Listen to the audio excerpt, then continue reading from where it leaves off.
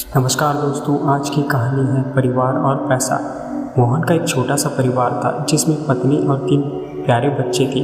उसकी पत्नी और बच्चे हर हाल में खुश थे, लेकिन मोहन उन्हें ज़िंदगी के सारे ऐशो आराम देना चाहता था और उसके लिए वह प्रतिदिन 15 घंटे से भी अधिक काम किया करता। वह सुबह सुबह घर से निकल जाता और आधी रात के बाद घर लौटता था। बच्चों के लिए उसका चेहरा देखना मुहाल था, क्योंकि सुबह उसके घर से निकलते समय बच्चे सोते रहते और देर रात घर में कदम रखने के पहले ही सो चुके होते। रविवार को जरूर वह घर पर होता, लेकिन उस दिन भी वह किसी न किसी काम में व्यस्त रहता और उसका समय परिवार के साथ न बीतकर काम करते हुए बीतता। परिवार उसके साथ क्वालिटी टाइम बिताने का बस इंतज़ार करता रह जाता।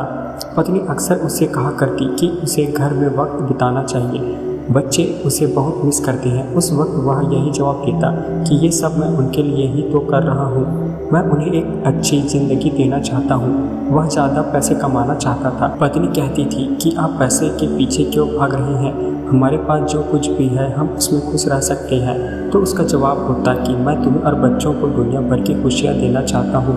पत्नी चुप हो जाती। साल गुजरने के साथ उसके तीनों बच्चे बड़े हो गए। मोहन ने भी इन सालों में इतना पैसा कमा लिया था कि उसकी अगली 4 पीढ़ियाँ शानदार जीवन जी सकती थी। कुछ सालों बाद मोहन की पत्नी का निधन हो गया और उसके तीनों बच्चों का विवाह हो चुका था और सभी अलग अलग शहरों में रहकर अपना बिजनेस संभालते हैं। उसके पिता एकदम से अकेले पड़ गए। मोहन अपनी पत्नी और बच्चों को कभी नहीं देख सकता था। करोड़ों की संपत्ति होने के बाद भी वह उनके साथ का एक पल नहीं खरीद सकता। वह पछताने लगा। पत्नी के कहे सब उसे याद आने लगे। आप पैसों के पीछे क्यों भाग रहे हैं, हमारे पास जो है हम उसमें खुश रह सकते हैं।